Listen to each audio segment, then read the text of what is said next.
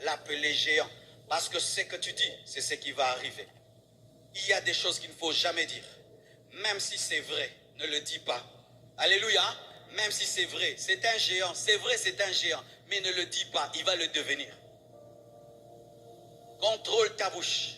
Car la vie et la mort sont au pouvoir de la langue. Et même si tu vois le contraire de tes prières, continue à dire tes prières. Un jour, tes prières vont devenir réalité. Un jour, ce que tu dis dans le secret va devenir chair. Même si tu as demandé des choses en 2020 et tu ne les as pas touchées, continue à le proclamer, à le proclamer, à les proclamer, à les proclamer. Et un jour, cela va arriver. David avait refusé de dire géant. Il a refusé de dire géant. C'était une discipline en lui. Je ne l'appellerai pas géant. Si je l'appelle géant, il va devenir un géant pour moi. C'est un géant pour Saoul. C'est un géant pour mes frères. Mais il n'est pas un géant pour moi. Je refuse. Même si je vois un géant, je ne dis pas. Je ne dis pas. Ne dis jamais que tu es pauvre. Ne dis jamais que tu es maudit. Ne dis jamais cela. Ne dis jamais que tu es le dernier. Ne dis jamais que tu es bête. Ne dis jamais que tu es bête. Dis j'ai oublié. Ne dis jamais que tu es bête. Ne dis jamais que tu as l'esprit de célibat. Dis on ne t'a pas encore découvert. Ne dis jamais que tu es disqualifié. Dis que tu es dirigé. Ne dis jamais, ne dis jamais. Même si ça se voit, même si tout le monde confirme que c'est un géant, mais toi deviens aveugle par le Saint-Esprit. Deviens aveugle par le Saint-Esprit parce que la foi t'amène à la folie. Donne-moi la main. Donne-moi la main. Je ne dirai pas, même si Saoul te dit, c'est un gaillard, c'est un vaillant, depuis sa jeunesse, toi ne le dis pas, ne le dis pas, ne le dis pas. Même si on te donne un diagnostic, on dit tu vas mourir dans 6 mois, ne dis pas que tu vas mourir dans 6 mois, ne le dis pas. Même si le médecin est spécialiste, ne le dis pas. Dieu est au-dessus des pronostics des médecins, Dieu est au-dessus des diagnostics des médecins, il est capable de les confondre. David, alléluia, alléluia, Lazare était pourri, et quand un homme pourri, il ne peut ressusciter. Mais Jésus, rien que par sa parole, a dit Lazare sort, et Lazare est sorti. Le diagnostic des médecins était anéanti et détruit. Ne dis pas ce que les hommes disent, dis ce que Dieu dit, annonce ce que Dieu dit, parle ce que Dieu dit. Si tu le fais pendant cette année, tu vas vivre la puissance de Dieu. Même si tu vois l'échec, ne confesse pas l'échec. Même si tu vois que c'est noir, ne le dis pas. Tu es libre de le dire. La femme sunamite, même si son enfant était mort, n'a pas dit que son enfant était mort. Elle a dit tout va bien. Alors que l'enfant est mort, tout va bien. Oui, je l'ai demandé à Dieu. Et même s'il est mort, il n'est pas mort. Et je ne vais pas confesser le contraire de mes prières. Ne confesse jamais le contraire de tes prières. Ne le dis jamais. Ne le dis jamais. Même si on dit que tu es fou, même si on dit que tu mens, je ne mens pas. J'ai choisi de confesser la foi.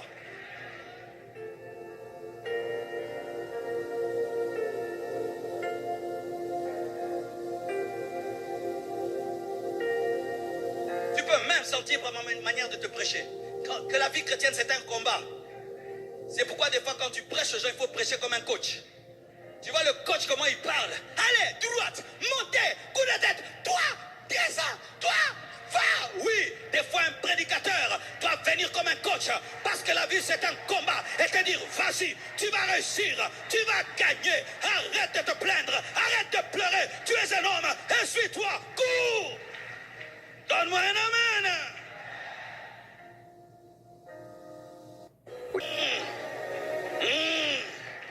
Oh, acclame le Seigneur. Acclame le Seigneur. Oh. Ah. Et une autre chose, il ne faut jamais te taire lorsque Goliath parle. Il parle, tu parles. La Bible nous dit, lorsque Goliath a dit à David, je vais te tuer et te donner aux oiseaux du ciel. Lui aussi, il a dit, moi aussi, je vais te tuer. Je vais te donner aussi aux oiseaux du ciel. Mais moi, en plus, je vais couper ta tête. Et en plus, je vois déjà l'Éternel te livrer entre nos mains. Sois un bouchard en 2021. Un bouchard. Un bouchard. Goliath parle, toi tu parles une fois, tu parles 2 fois, tu parles 3 fois. Ne te tais pas lorsque la destinée t'insulte. Ne te tais pas lorsqu'on dit que tu es incapable. Ne te tais pas lorsqu'on dit que tu ne vas pas réussir.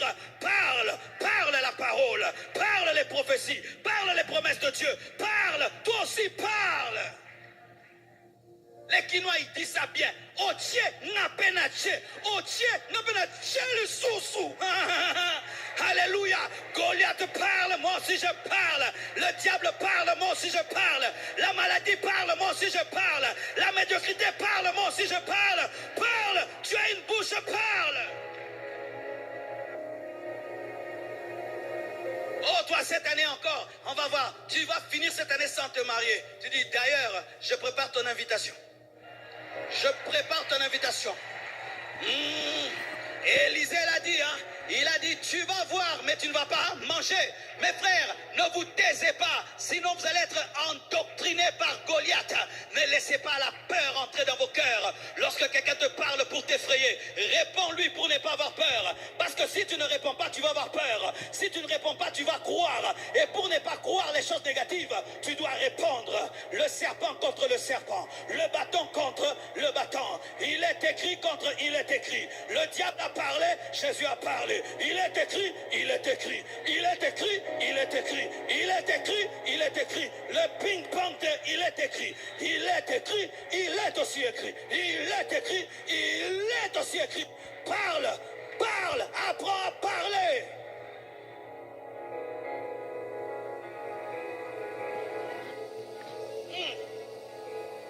Et David n'a pas parlé n'importe comment. Vous savez ce qu'il a fait? C'est que lorsque Goliath est venu, il a placé le combat dans le domaine des armées, dans le domaine des humains. Mais lorsque David lui répond, il place la bataille au niveau de Dieu. Il dit, ce n'est pas mon combat, Goliath. Tu as insulté l'armée de Dieu, c'est l'Éternel que tu as insulté. Je te place face à mon Dieu. Lorsqu'on vient te combattre dans la chair, monte en esprit. Lorsqu'on te combat dans la chair, monte en esprit. Lorsqu'on t'insulte dans la chair, monte en esprit. Lorsqu'on te maudit, monte en esprit. N'entre pas dans les insultes. Toi, tu ne peux pas insulter. Toi, monte en esprit. Et qu'est-ce qu'il fait? Quand il monte en esprit, il voit Goliath déjà mort et il lui prophétise. Il dit, je te couperai la tête aujourd'hui. Oh. Vous savez, entre les deux cultes, quand j'ai médité, David dit, je te couperai la tête. Tu sais avec quoi? Avec ta propre épée. Il n'a pas pris l'épée de quelqu'un d'autre. Ce qu'ils font contre toi retournera contre eux-mêmes. Celui qui voudra te tuer, c'est lui-même qui va mourir en 2021. Celui qui va vouloir écourter ta vie en 2021, lui-même sa vie sera écourtée. La tête de Goliath était coupée par sa propre épée. Sa propre épée. Il a voulu tuer David avec son épée, mais c'est avec son épée qu'on a coupé sa tête. Je déclare qu'ils vont tomber dans leur propre piège. Ils viendront contre toi par un seul chemin, mais fuiront par 7 chemins. Je déclare, tu prendras l'épée de Goliath et tu lui couperas la tête. Il va tomber dans son piège. C'est lui qui va être chassé du travail. Ce n'est pas toi qui seras chassé. Il a fait des réunions, c'est lui qui sera chassé du travail. C'est lui qui sera chassé du travail. Je suis en train de te le dire.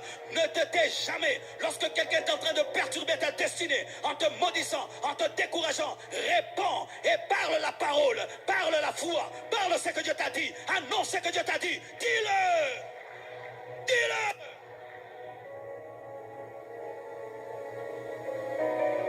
Il dit, toi, tu dis quoi? Tu vas me tuer, moi. Tu vas me tuer, donner ma chair aux oiseaux. Moi, c'est ce que je vais te faire. En plus, moi, je vais couper ta tête. En plus, je vois l'Éternel qui vous livre entre nos mains. Ah, derrière toi, il y a Dagon. Derrière moi, il y a l'Éternel. Derrière toi, il y a Dagon. Derrière moi, il y a l'Éternel. Dagon, c'est une idole. Mais mon Dieu, c'est le créateur du ciel et de la terre. Le Dieu incréé. Et donc, toi, tu es l'émissaire d'une idole, mais moi, je suis l'émissaire du Dieu vivant. Et comme tu as défié mon Dieu, je te dis aujourd'hui, tu verras, je te couperai la tête. Et ce qu'il a dit, il a fait. Vous savez que Goliath est mort par la pierre. David pouvait se contenter de cela. Mais il est allé couper sa tête parce qu'il lui avait promis. Il devait accomplir sa promesse. Parce qu'un enfant de Dieu, quand il promet, il doit accomplir. Il devait accomplir la promesse. Et il coupe sa tête. Frères et sœurs, lorsque quelqu'un te dit, cette année tu échoueras, toi aussi prophétise. Parce qu'il a prophétisé. Il a prophétisé. Toi aussi prophétise. Ton problème, tu t'étais beaucoup, beaucoup. Et je t'assure, lorsque tu t'étais, les flèches entrent. Il y a des gens, si tu n'apprends pas à lui répondre, il va te détruire. Il va prendre l'habitude de venir te décourager. Une sémence, et puis une autre. Non, toi, tu n'es pas son sac de boxe pour qu'il vienne tester sa méchanceté sur toi. Hé, moi, je serai grand. Dis ce que tu veux. Moi, j'ai les promesses de Dieu. Et je veux réussir face à toi. Je vais manger face à toi. Il est celui qui dresse une table en face de tes ennemis. Frère, que Dieu te donne l'appétit de manger en face des personnes qui n'ont jamais cru en ta destinée, qui n'ont jamais cru en ton futur, qui n'ont jamais cru en toi. Que Dieu te donne l'appétit de manger face à eux. C'est écrit dans la parole.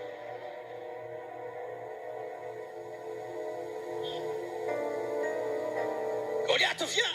Il dit armée contre armée. Des armées charnelles.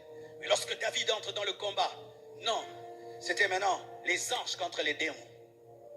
Les anges contre les démons. Je vous assure, si Dieu t'ouvrait les yeux sur ce qui se passait ce jour-là, il y avait Michael qui était là, Gabriel qui était là, il y avait des anges qui étaient là. Pourquoi? Le nom de Dieu était en jeu. Lorsque tu es défié, n'en fais jamais ton combat. Donne ça à Dieu. Seigneur, on a dit que moi, ton enfant, je n'aurai jamais des enfants.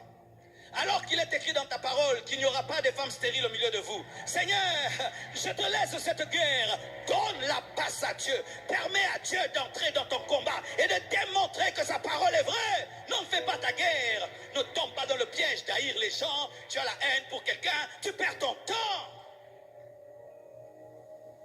Et la preuve que c'était devenu un combat spirituel. Lorsque Goliath est frappé par la pierre, il n'a pas respecté la physique. Il n'a pas respecté la gravitation. Il n'a pas respecté le principe du choc. Il devait tomber à la renverse. Mais lorsque le choc l'atteint au niveau du front, il veut tomber. C'est sur un ange venu. Toi, tu as insulté Dieu pendant 40 jours. Tu vas te prosterner aujourd'hui. Et dans le domaine de l'adoration, même ceux qui ne veulent pas doivent se prosterner. Il est écrit qu'il a reçu le nom qui est élevé au-dessus de tout autre nom. Enfin qu'en son nom, tout genou fléchisse et que toute langue confesse qu'il est Seigneur à la gloire de Dieu le Père. Et là, Goliath tombe sur son front afin de dire: l'Éternel est Dieu, l'Éternel est Dieu, pardonnez-moi, pardonnez-moi, c'est l'Éternel qui est Dieu, pardonnez-moi. Je te dis, ils vont se repentir, ils changeront d'avis, ils vont reconnaître que tu as Dieu, ils vont reconnaître que Dieu marche avec toi. Même celui qui avait crucifié Jésus-Christ, il a dit celui-ci était le Fils de Dieu.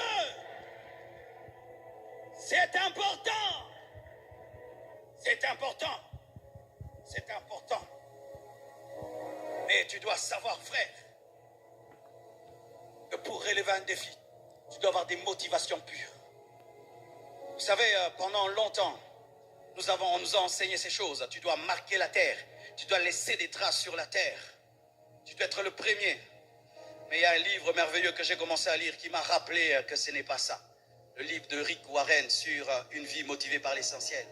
Et il dit quelque chose, je vous conseille de le lire. Il dit: si tu te bats dans ta vie pour être le premier, sache qu'un jour il y aura un autre premier. Tu peux battre le record du monde. Il fut un temps, il y avait un homme qui s'appelait Carl Lewis.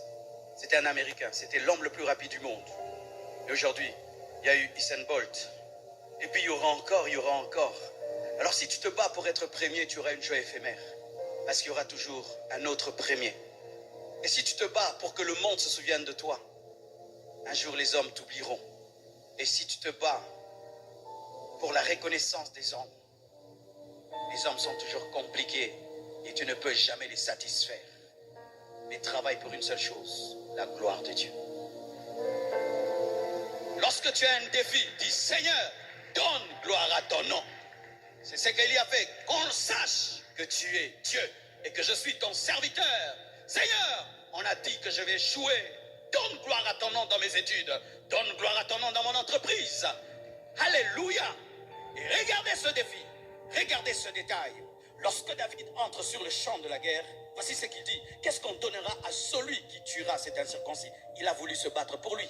Et on a dit: il sera comblé de richesses, on va franchir sa famille et va épouser la fille du roi. Et là, il veut épouser la fille du roi. Il veut qu'on affranchisse sa famille et veut être riche. Mais quand l'onction de Dieu descend sur lui, il dit: Tu as insulté l'armée du Dieu vivant. Je vais te couper la tête. Il ne s'agit plus de la fille du roi. Il ne s'agit plus de l'affranchissement de ma famille. Il s'agit de Dieu. Tu sais pourquoi tu n'arrives pas à relever les défis? C'est parce que tu veux les relever pour ta gloire. Tu veux prouver quelque chose. Tu veux montrer. Et je vous assure, ça c'est un témoignage personnel. Chaque fois que j'ai voulu travailler pour ma gloire, même l'onction n'a pas agi. Même la puissance de Dieu n'a pas agi. Tout ce que Dieu m'a accordé ne se manifeste pas. Pourquoi? Parce que Dieu ne nous oint pas pour nous-mêmes, mais nous oint pour lui. Ne faites rien en 2021 pour votre orgueil. Ne faites rien pour entrer dans l'histoire. Ne faites rien pour dépasser quelqu'un. Ne faites rien pour être les premiers. Faites tout pour la gloire de Dieu. Tout ce que vous ferez, faites-le pour la gloire de Dieu.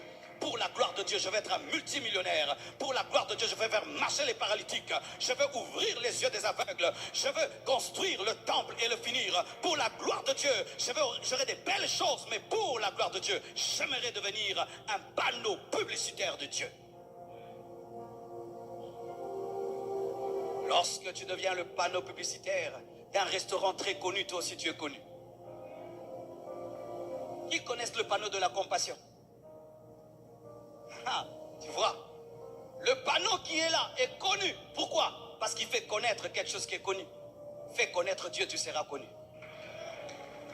Je rendrai ton nom grand. Mais le but, c'est que toi, tu deviennes grand pour que lui soit présenté. Présenter Jésus en 2021. Présenter Jésus. Lorsqu'on dit, frère, comment tu es devenu comme ça? Ce n'est pas moi, c'est Jésus. C'est Jésus. C'est Jésus. Comment tu as distingué? C'est Jésus. Comment tu as eu des mapassa? C'est Jésus. Comment tu pries, les malades sont guéris? C'est Jésus. Comment tu es riche? C'est Jésus. Comment